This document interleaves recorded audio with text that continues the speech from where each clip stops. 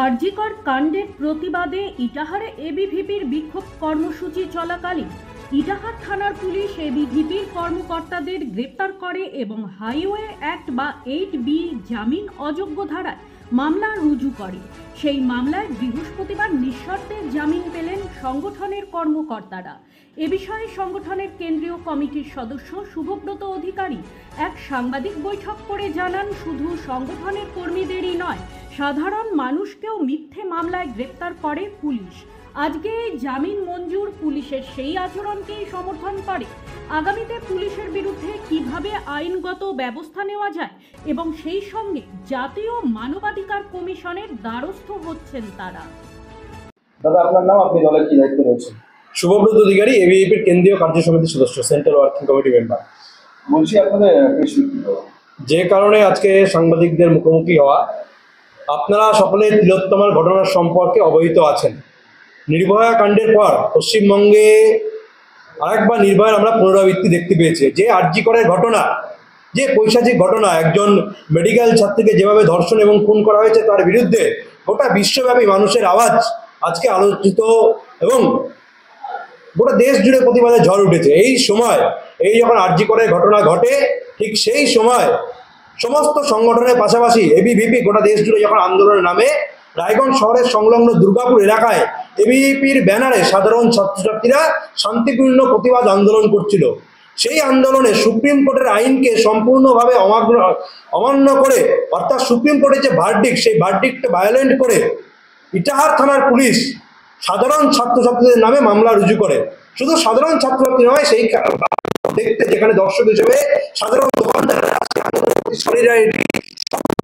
জন্য এসেছিলেন, সেই দোকানদারদের ওপর এবং যে মায়েরা সেই আন্দোলন দেখতে এসেছিলেন, সেই মায়েদের নামে পর্যন্ত ইটাহার থানার পুলিশ মিথ্যা মামলা রুজু করে জামিন অযোগ্য ধারায় তারা রাস্তার ধারে শান্তিপূর্ণ আন্দোলন করছিলেন, কিন্তু পুলিশ হাইওয়ে অ্যাক্ট অর্থাৎ 8B অ্যাক্টে জামিন অযোগ্য ধারায় মামলা রুজু করে আজকে সত্যের জয় হয়েছে। মহামান্য উত্তর দিনাজপুর জেলা আদালত, সেই কোর্ট আজকে সবাইকে বিনা শর্তে সবার জামিন মঞ্জুর করেছেন। এই যে ঘটনা, এই ঘটনা প্রমাণ করছে যে ইটাহার থানার পুলিশ সুপ্রিম কোর্টের যে রায়, সেই রায়কে অমান্য করে শান্তিপূর্ণ আন্দোলনে মিথ্যা মামলা রুজু করে ছাত্রছাত্রীর ওপর বল প্রয়োগ এবং ভয়ের বাতাবরণ তৈরি করতে চাইছে।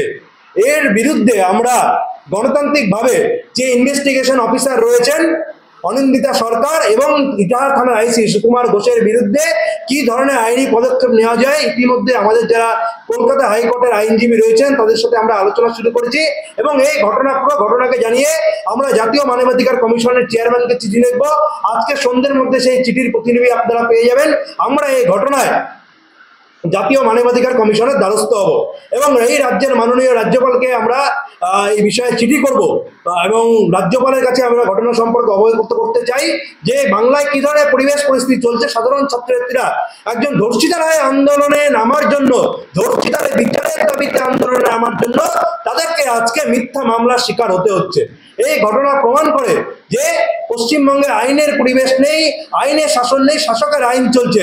তৃণমূল কংগ্রেসের মদতে পুলিশ অতি সক্রিয় হয়ে আজকে যারা প্রতিবাদ করতে যাচ্ছে তাদের নামেই কেস দিচ্ছে। আমরা বলতে চাইছি, সত্য সলিকস কি বিচিত্র এই দেশ, যারা করছে প্রতিবাদ তাদের নামেই কেস। 13 জনের নামে মিথ্যা মামলা করা হয়েছিল। শুধু সাধারণ ছাত্রছাত্রী নয়, যারা আন্দোলনে সামিল হয়েছেন সেই সাধারণ ছাত্রছাত্রী, এবিভিপির স্থানীয় নেতৃত্ব, তাদের ওপর তো হয়েছেই, তার পাশাপাশি সেখানকার যারা সাধারণ মানুষ, সাধারণ দর্শক হিসেবে রাস্তায় এসে দাঁড়িয়েছিলেন, তাদের নামেও এই ঘটনায় মিথ্যা মামলা এবং সর্বোপরি জামিন অযোগ্য ধারায় মামলা রুজু করা হয়েছে।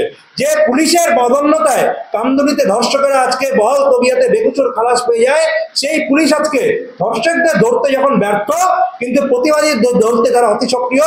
এই ভূমিকা প্রমাণ করছে যে আদৌ কি পুলিশ আজকে পশ্চিমবঙ্গে যে ধর্ষণের ঘটনা ঘটছে সেই ঘটনাগুলোর বিচার করতে চায় বা ধর্ষণের ঘটনায় সঠিক বিচারের দ্বারা পক্ষপাতী কিনা, এই নিয়ে একটা বিস্তর প্রশ্ন উঠে যাচ্ছে। এই নিয়ে আমাদের সাংবাদিক সম্মেলন। আমরা সাংবাদিক সম্মেলনের মধ্যে মূলত এটাই জানতে যাচ্ছি, তারা তো জামিন পেয়েছে, আমরা পুলিশের বিরুদ্ধে আইনি পদক্ষেপ যা করার সেই পদক্ষেপের জন্য আমরা ইতিমধ্যে আইনজীবীদের সাথে আলোচনা করছি এবং আমরা জাতীয় মানবাধিকার কমিশনের জন্য জাতীয় মানবাধিকার কমিশনের কাছে আমরা ইটাহার থানার পুলিশের যারা কর্তা আছেন তাদের বিরুদ্ধে দ্বারস্থ হচ্ছি। আমরা তাদেরকে এর উপযুক্ত ফল ইটাহার থানার পুলিশের যারা আধিকারিক আছেন তাদেরকে ভোগ করতে হবে, এটা আমরা স্পষ্ট ভাষায় জাতীয় ভাষায় বলতে চাই। ব্যুরো রিপোর্ট, নিউজ বৃত্তান্ত। Wait. So this was your wedding look. Oh my god, Tammy, you look pretty. Dhaka থেকে যখন আইছিলাম এ হগল আমার মা আমারে পরায় দিছিল। It's so authentic, Tammy. I will go for this look. But what about my goina? সাদা রঙের রুমালটিতে গোলাপি রঙের কাজ, সব মিলিয়ে দারুণ হবে নতুন কনের সাজ। আমার গয়না আমার শ্রী ঢাকা জুয়েলার্স, আভিজাত্যের গয়না। সব মাই চায় মেয়েকে রাজরানীর মতন সাজাতে, সাজিয়ে তুলতে চায় সোনার গয়নায়। ওরিয়েন্ট জুয়েলার্স, সোনা যা সর্বক্ষণের। ছোট ছোট অনুভূতি, স্মৃতিগুলো থেকে যায় সব সময় আদরে। কুকু কুকু কিরে হলো? আসছি। লকডাউন সময় তো হয়ে এলো। কিছু স্মৃতির ভাজেই তোলা থাকে শুভারম্ভে প্রাপ্তি। 50 বছরের অভিজ্ঞতায় আগ্নেশ্বর জুয়েলার্স, নিখুঁত গয়নার কারিগরি। Agneshwar jewellers, NS road, Raiganj.